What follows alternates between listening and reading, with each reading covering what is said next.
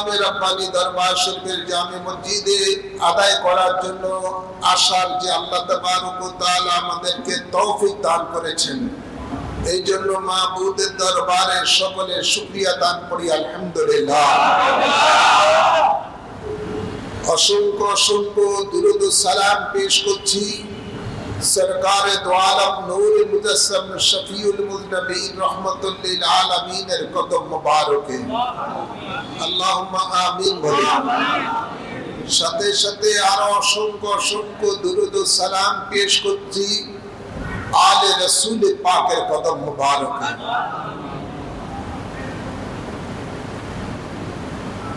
বিশেষ করে আমাদের মহান মুর্শিদ রাসূল পাকের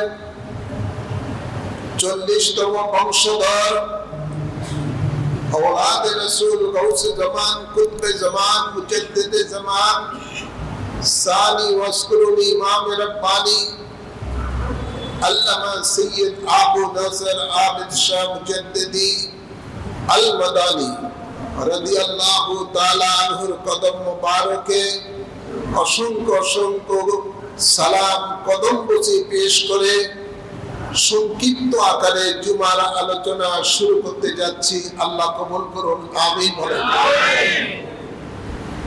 আল্লাহ তাবারক ওয়া তাআলা পবিত্র কালামে পাকে ইরশাদ করেন, কুল লা আসআলুকুম আলাইহি আজরান ইল্লাল মাওয়াদ্দাতা ফিল কুরবা। সুবহানাল্লাহ বলেন। আল্লাহ বলেন, বন্ধু আমার, আপনি এলান করে দেন, আপনার উম্মতকে আপনি জানিয়ে দেন যে আমি তোমাদের কাছে কোনো কিছু দাবি করি না, একটি শুধু দাবি আমার, সেটা হলো আমার আহলে বাইতকে তোমরা ভালোবাসবে। সুবহানাল্লাহ বলেন। আহলে বাইতকে ভালোবাসবে, এটা আল্লাহর নির্দেশ। রাসূলের পাকের মাধ্যমে আল্লাহ এলান করে দিচ্ছেন যে আহলে বাইতকে ভালোবাসতে। আল্লাহ যাহা নির্দেশ দেন ঈমান তার বান্দার উপরে, ঈমানদারের উপরে সেটা পালন করা ফরজ হয়ে যায়। এটা আল্লাহর নির্দেশ। বন্ধু, আপনি এলান করে দেন, আপনার উম্মতকে জানিয়ে দেন যে আপনি আপনার কোনো দাবি আপনার উম্মতের উপরে নাই, শুধু একটি দাবি, সেটা যেন তারা যেন আপনার আহলে বাইতকে তারা মহব্বত করে। মহব্বত করলে কোনো পয়সা লাগে নাকি? অন্যান্য কাজে তো ইবাদত অনেক সময় পয়সা লাগে। যেমন আমি হজ করে আসলাম, এই হজ যারা করতে যান এটা মালি ইবাদত, বদনি ইবাদত, ঠিক না ভাই? আল্লাহর নির্দেশ যেটা বান্দার উপরে জারি হয়ে যায়, বান্দা যখন এটা পালন করে তখন এটা ইবাদতে পরিণত হয়ে যায়। কিসে? আহলে বাইত রাসূলকে ভালোবাসা ইবাদত। এটা কি? এটা ইবাদত।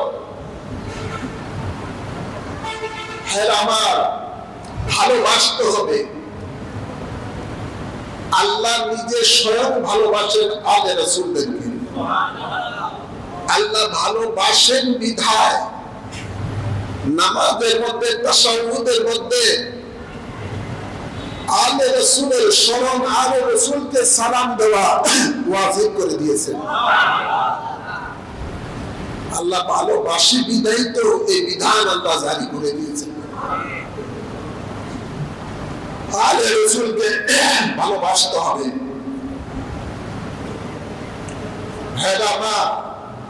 আহলে রাসূল কারা? গভীর খেয়াল করে শুনেন। আহলে বাইত কারা? আল্লাহর নবী রাহমাতুল লিল আলামিন একদিন খাতুনে জান্নাত মা ফাতেমা জোহরা রাদিয়াল্লাহু তাআলা আনহার বাড়িতে গেলেন। বাড়িতে গিয়ে ডাক দিলেন, আইনাল ফাতেমা, ফাতেমা তুমি কোথায়? তান আসো। হযরত মা ফাতেমা দৌড়ে এসে রাসূল পাকের সামনে আসলেন। রাসূল পাক সাল্লাল্লাহু আলাইহি সাল্লাম উনাকে বাম পাশে দাঁড়া করালেন। এবার রাসূল পাক আবার ডাক দিলেন, আইনাল আলী, আলী কোথায়? তান আসো। মওলা আলী দৌড়ে আসলেন, আল্লাহর নবী তাকে তার ডান পাশে দাঁড়া করালেন। এবার আল্লাহর হাবিব আবার বললেন, আইনাল হাসান ওয়াল হুসাইন, তার হাসান হুসাইন তোমরা কোথায়? আসো। দুইজন ছোট্ট শিশু দৌড়ে আসলেন তার নানাজানের সামনে। আল্লাহর নবী এবং তাদের দুইটি শিশুকে সামনে রাখলেন। সুবহানাল্লাহ বলেন। এবার দয়াল নবী কামলিওয়ালার চাদর মুবারক এদের উপরে ঢেকে দিলেন। আল্লাহর নবী এবার বললেন, এরা হলো আমার আহলে বায়াত, এরা হলো নবীর পরিবার, আহলে বায়াত। এই আহলে বায়াতের যে মর্যাদা কত অধিক তা বলে শেষ করা যাবে না। সুবহানাল্লাহ বলেন। রাসূল পাক সাল্লাল্লাহু আলাইহি ওয়াসাল্লাম বলেন, হাসান এবং হুসাইন রাদিয়াল্লাহু তাআলা আনহু দুইজন শিশুকে সামনে নিয়ে বললেন, মান আহাব্বাহুমা ফাকাদ আহাব্বানি। আমার এই আহলে বায়াতের সদস্য দুইজন, এদেরকে যারা ভালোবাসবে ওরা যেন আমি রাসূলকে ভালোবাসে। মর্যাদা আছে না নাই? নবী আরো ঘোষণা দিচ্ছেন, ওমান আবগাদাহুমা ফাকাদ আবগাদানি। এদের সাথে আমার এই আহলে বায়াতের রাসূলের পরিবারের সাথে যারা দুশমনি করে তারা যেন আমি নবীর সাথে দুশমনি করব। সুবহানাল্লাহ বলেন। আল্লাহর হাবিব রাহমাতুল লিল আলামিন আরো ইরশাদ করেন, আমার এই আহলে বায়াত হলো উম্মত তোমাদের জন্য নূহ আলাইহিস সালামের কিস্তির মতো। সুবহানাল্লাহ বলেন। নূহ আলাইহিস সালামের মহাপ্লাবনের মধ্যে ওই সময় যারা নূহ আলাইহিস সালামের কিস্তির মধ্যে উঠেছে, নৌকার মধ্যে উঠেছে, তারা এই মহাপ্লাবন থেকে নাজাত পেয়ে গেছেন। নবী পাক সাল্লাল্লাহু আলাইহি ওয়াসাল্লাম বলেন, উম্মত তোমাদের জন্য আমার এই আলে রাসূলরা হলো, আমার এই পরিবারের সদস্য হলো নূহ আলাইহিস সালামের কিস্তির মতো। যারা আমার আলে বায়াতকে আপনি ধর্মে অনুসরণ করবে, ওরা নাজাত প্রাপ্ত হবে, ওরা পথভ্রষ্ট হবে না।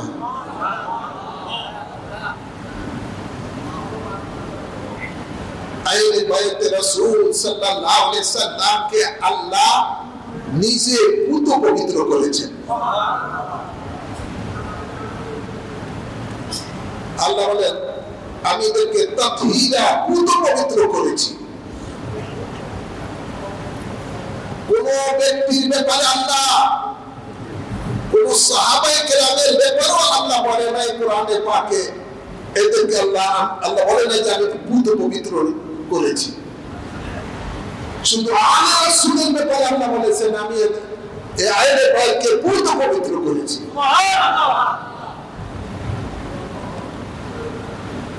আলে রাসূল সাল্লাল্লাহু আলাইহি ওয়াসাল্লাম আরো কত মর্যাদা যা বলে শেষ করা যাবে না। নবী বলেন, আল হাসান ওয়াল হুসাইন রাইহানুমা, আমার হাসান হুসাইন হলো আমার চোখের মনি। নবী আরো ঘোষণা দিচ্ছেন, আল হুসাইনু মিন্নি ওয়া আনা মিনাল হুসাইন। হুসাইন আমার হতে, আমি হুসাইন হতে। সে আলে রাসূল পাক সাল্লাল্লাহু আলাইহি ওয়াসাল্লাম ওনাদেরকে ভালোবাসতে হবে।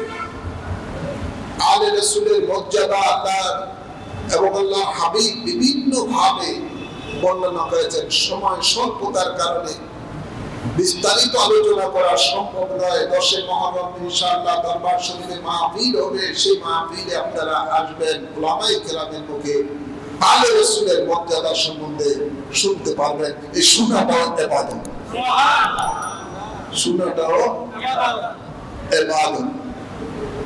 মনে রাখবেন, আলে রাসূলের সদস্য, নবী পরিবারের সদস্য ইমাম হাসান হুসাইনকে আল্লাহর নবী, যাকে আল্লাহ তাবারক ওয়া তাআলা 8খানা জান্নাতের মালিক বানিয়েছেন, সে 8খানা জান্নাতের সরদার হাসান হুসাইনকে বানিয়েছেন।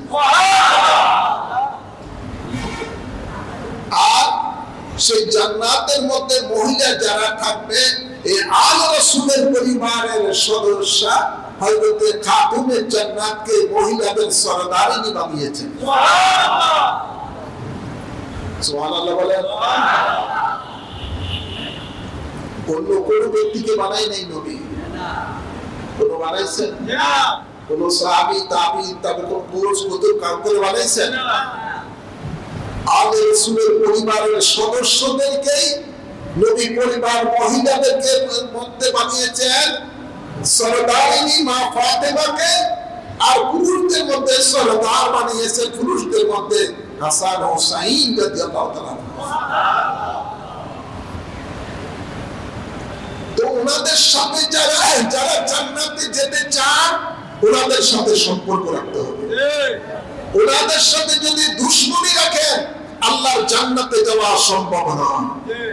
ওনাদেরকে ভালোবেসেই ওনাদের দামান আঁকড়ে ধরেই আপনাকে জান্নাতে যেতে হবে। যেহেতু সরদার যিনি জান্নাতের, সরদারিনী যিনি জান্নাতের, তার সাথে আপনাকে মহব্বত রাখতে হবে। এই জন্য আল্লাহ বলেন, বন্ধু আপনি জানিয়ে দেন আপনার উম্মতকে যে তারা যেন আপনার আহলে বাইতকে যেন তারা মহব্বত করে। সুবহানাল্লাহ বলেন। ভাইরা আমার, বাবারা আমার, আল্লাহর হাবিব যখন বিদায় হজ, যেটা আল্লাহর হাবিব হজ্জে কেরান করেছেন, হজ সমাপ্ত করে 18ই জিলহজ আল্লাহর নবী রওনা দিলেন মদিনা মুনওয়ারার দিকে। মদিনা মুনওয়ারা এবং মক্কার মাঝামাঝি একটি জায়গা গাদিরে খুম। গাদিরে খুম একটা এলাকার নাম। গাদির মানে একটা কুয়া, তো ওটাকে গাদিরে খুম বলা হয়। ওখানের মধ্যে জৈনক এক সাহাবীর সাথে হযরত মাওলানা আলীর সাথে একটু কথাবার্তা বিতর্ক হয়েছে, একটু মনোমালিন্য হয়েছে, ঝগড়ার মতো হয়েছে। আল্লাহর নবী তখন ওই জায়গায় এই ঝগড়া করার কারণে, এই মনোমালিন্য হওয়ার কারণে একটা খুতবা দিয়েছিলেন। সুবহানাল্লাহ। ওই খুতবার মধ্যেই এই আলে রাসূলের অন্যতম একজন সদস্য মাওলানা আলী শেরে খোদা রাদিয়াল্লাহু তাআলা আনহু, যার জন্ম হয়েছে খানায় কাবার ঘরের ভিতরে, যিনি চোখ খুলে সর্বপ্রথম আল্লাহর নবীর চেহারা মুবারক দেখেছেন, যিনি দুনিয়াতে এসে সর্বপ্রথম খাদ্য খেয়েছেন রাসূলের পাকের থুতু মুবারক,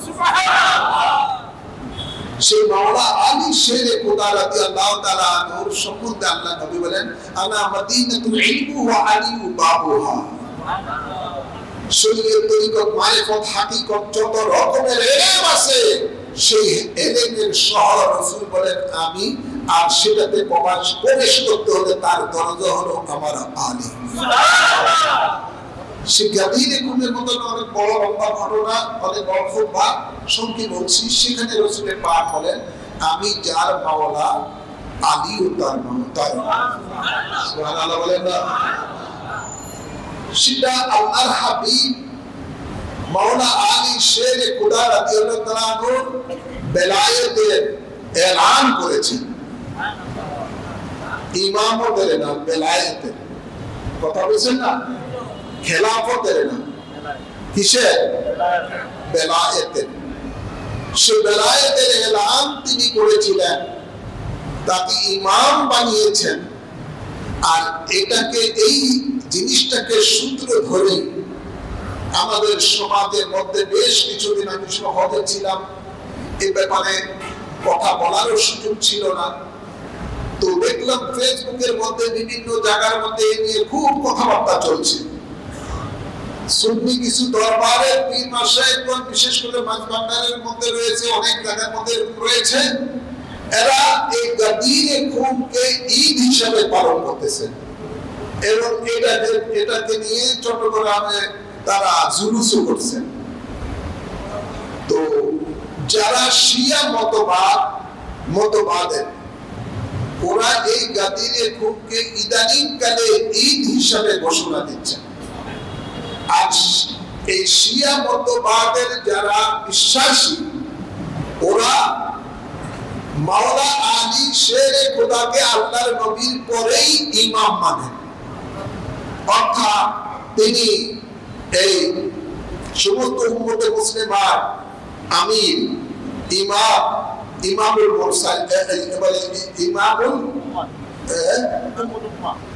উম্মতেই কিন্তু মানে রাষ্ট্রের আল্লাহ হাবিবের পরে সর্বত্র ক্ষমতাবান, রাষ্ট্রের দায়িত্ব সবকিছু নিয়েই মাওলা শেরে খোদাকে তারা মানেন। যে গাদিরে ঘুমের মধ্যে নবী আল্লাহ নবী বলেছেন যে আমি যার মাওলা আলীও তার মাওলা।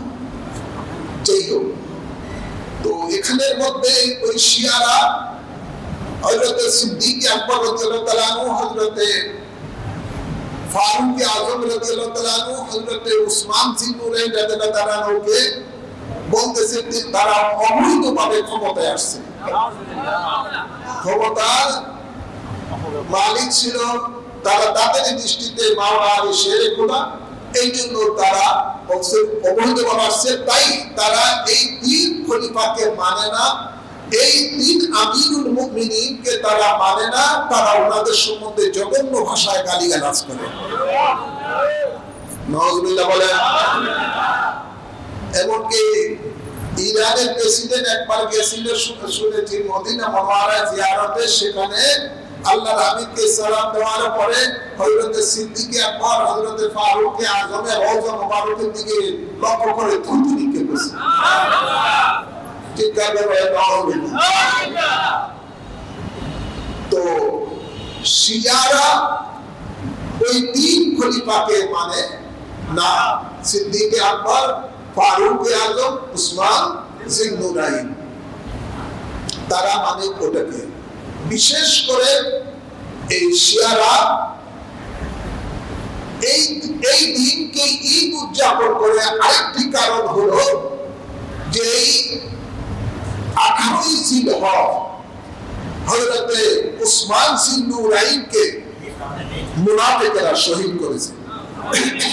নাউজুবিল্লাহ বলতেন না, যে উসমান জিন্নুরাইনকে আল্লাহর নবী দুইটি জান্নাতের মালিক বানিয়েছেন, যার লকব ছিল জিন্নুরাইন, জি দুই নূরের অধিকারী, যার কাছে আল্লাহর হাবিব দুইটি মেয়ে, নিজের দুইটি কন্যা সন্তান বিয়ে দিয়েছেন, একজন ইন্তেকাল করার পরে এরপর আরেকজনকে বিয়ে দিয়েছেন, যার অর্থ দ্বারা ইসলামের শুরুতে বহু উপকার হয়েছে। সেই হযরত উসমান জিন্নুরাইন রাদিয়াল্লাহু তাআলা আনহু, ওনাকে মুনাফিকেরা, উনি যখন ঘরের মধ্যে কোরআন শরীফ পড়তেছেন, ওই অবস্থায় ওনাকে তলোয়ার মেরে ওনার ক্ষত বিক্ষত দেহ মোবারক এই কোরআন শরীফের উপরে ফেলে দিলেন। তো ওই দিনটা 18ই জিলহজ, এই দিনটা ওই শিয়াদের কাছে একটা খুশির দিন যে উসমান জিন্নুরাইন এই দিনে শহীদ হয়েছে, তারা উসমান জিন্নুরাইনকে অবৈধ শাসক হিসাবে জানে। তো আহলে সুন্নাত ওয়াল জামাতের চার মাযহাবের ইমাম, ইমাম আবু হানিফা, ইমাম শাফি, ইমাম মালিক, ইমাম হাম্বল, কোন মাযহাবের ইমাম এই 18ই জিলহজ দিনে ঘুমের দিবসকে ঈদ বলে ঘোষণা করে নাই, ঈদ বলে পালন করে নাই। চার তরিকতের ইমাম গৌসুফা, খাজা গরিবের নামাজ, বাহাউদ্দিন নকশবন্দি, মুজাদ্দিদ আল-ফেসানি, কোন তরিকতের ইমামগণ এই দিনকে ঈদ হিসেবে পালন করে নাই। ইদানিং কালে শিয়ারা বিভিন্ন দরবারের পীরদেরকে, অধিকাংশ পীরগুলি হল দরবারের মধ্যে মূর্খ। আপনি তদন্ত করে দেখেন, যদি আমি মিথ্যা বলি তাহলে আমাকে আপনারা শাস্তি আছে। অধিকাংশ দরবারের, সুন্নি দরবারের অধিকাংশ পীরগুলি হল মূর্খ, জীবনে কোনোদিন মাদ্রাসায় লেখাপড়া করে না, মাদ্রাসার দুয়ারে দিয়েও আসে, কিন্তু নামের আগে আল্লামা মাওলানা লিখে দেন। এই আছে না নাই? জীবনে কোনো চাকরি নিয়ে দেখবেন তালাশ করবেন সার্টিফিকেট কোনোদিন কোনো মাদ্রাসা লেখাপড়া নাই। অথচ পীরের জন্য তরিকত ইমামগণ সর্বপ্রথম শর্ত রেখেছেন তাকে মুহাদ্দিস মুফাসসির হতে হবে। কমপক্ষে তাফসীরে জালালাইনে তাহকিক সহকারে তার জ্ঞান থাকতে হবে, মিশকাতুল মাসাবি তাহকিক সহকারে তার জ্ঞান থাকতে হবে, আলামাতের জ্ঞান থাকতে হবে। অধিকাংশ পীরদের কোরআন সুন্নাহর জ্ঞান না থাকার কারণে বাপ দাদার গোষ্ঠী চন্দ্রবর্তী হয়ে ধারাবাহিকভাবে পীর হয়ে আসতেছে, পীরের ছেলে পীরের পীর এভাবে হয়ে আসতেছে।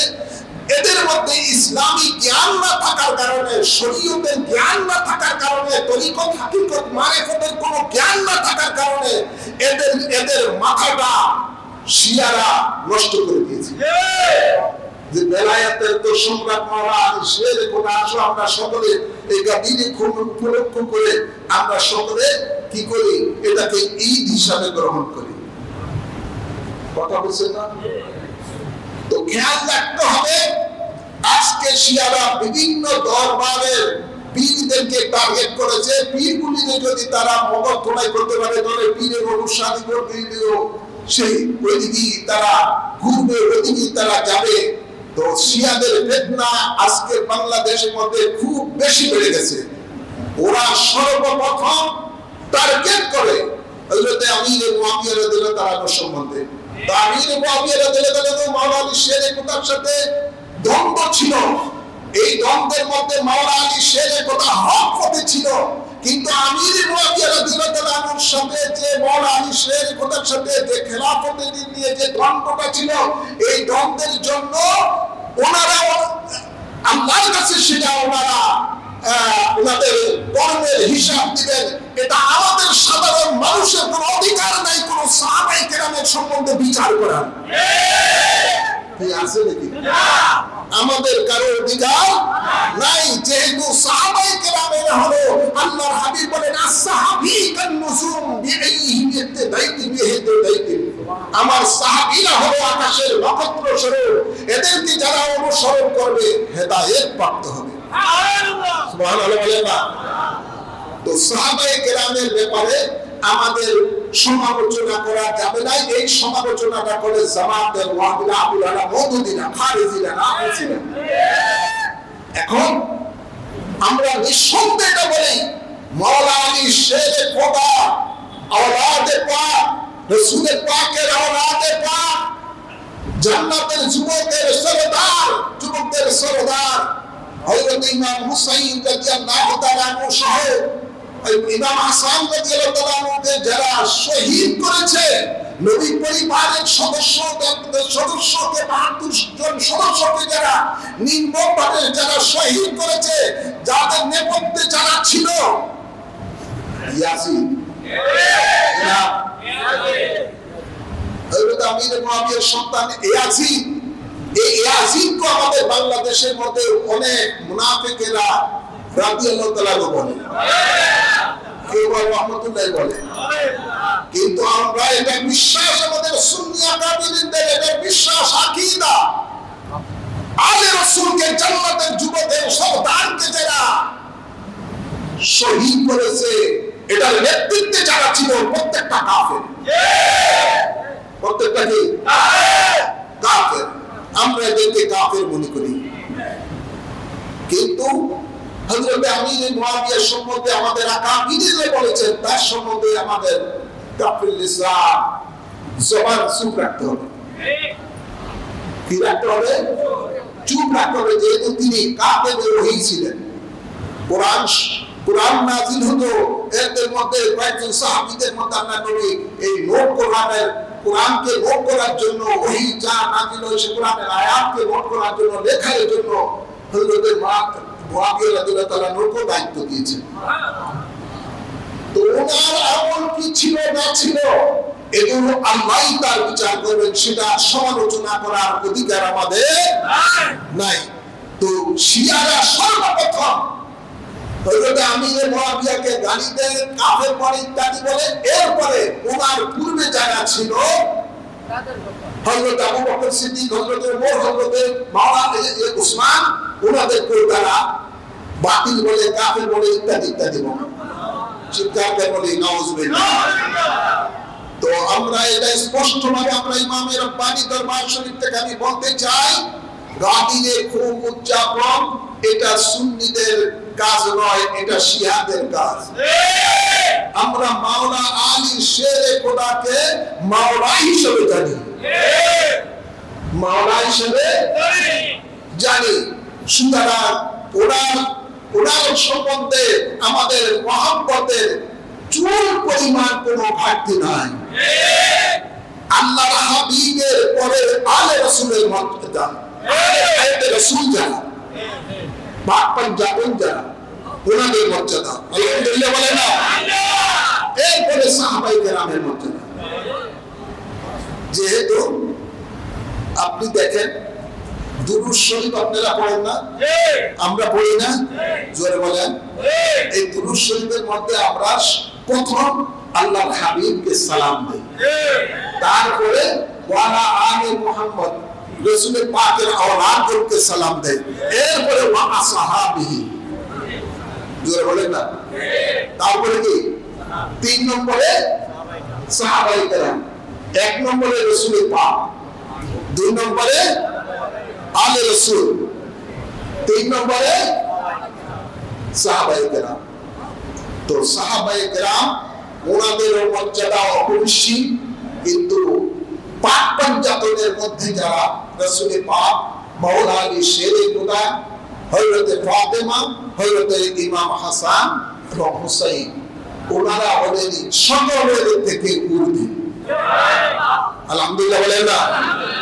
ওনাদেরকে ভালোবাসা ঈমান, ওনাদেরকে ভালোবাসা ঈমান। সেই ভালোবাসাটা নিয়ে যেন আমরা দুনিয়া থেকে বিদায় নিতে পারি, আল্লাহ তৌফিক দান করুন। আমিন বলেন, আমিন বলেন। আলে রাসূলকে ভালোবাসবেন, আপনাদের খুশনসিব, আমাদের সকলেরই খুশনসিব। আমাদের মহান মুর্শিদ গৌসুজ্জামান কুতুবে জামান সিদ আমির শাহ মাদানী রাদিয়াল্লাহু তাআলা আনহু, সে আলে রাসূল বলেন নবী পরিবারের এই পাক পঞ্জাতনের সদস্য ইমাম হাসান রাদিয়াল্লাহু তাআলা আনহুর বংশের তিনি 40তম বংশধর। আলহামদুলিল্লাহ বলেন না। সে আল্লাহর ওলি আলে রাসূল পাকের সদস্য আমাদের মহান মুর্শিদ সিদ আমির শাহ মাদানী রাদিয়াল্লাহু তাআলা আনহুকে ভালোবাসা দরকার আছে না? সেই ভালোবাসাটাই মনে রাখবেন। আলে রাসূলের ভালোবাসার মাধ্যমে নবীর ভালোবাসা অর্জন করতে হবে, নবীর ভালোবাসার মাধ্যমে আল্লাহর ভালোবাসা অর্জন করতে হবে, এবং এটার মধ্যেই দুনিয়া এবং আখিরাতের নাজাতের ব্যবস্থা হবে। আল্লাহ কবুল করুন। মা আলাইনা ইল্লাল বালাগ।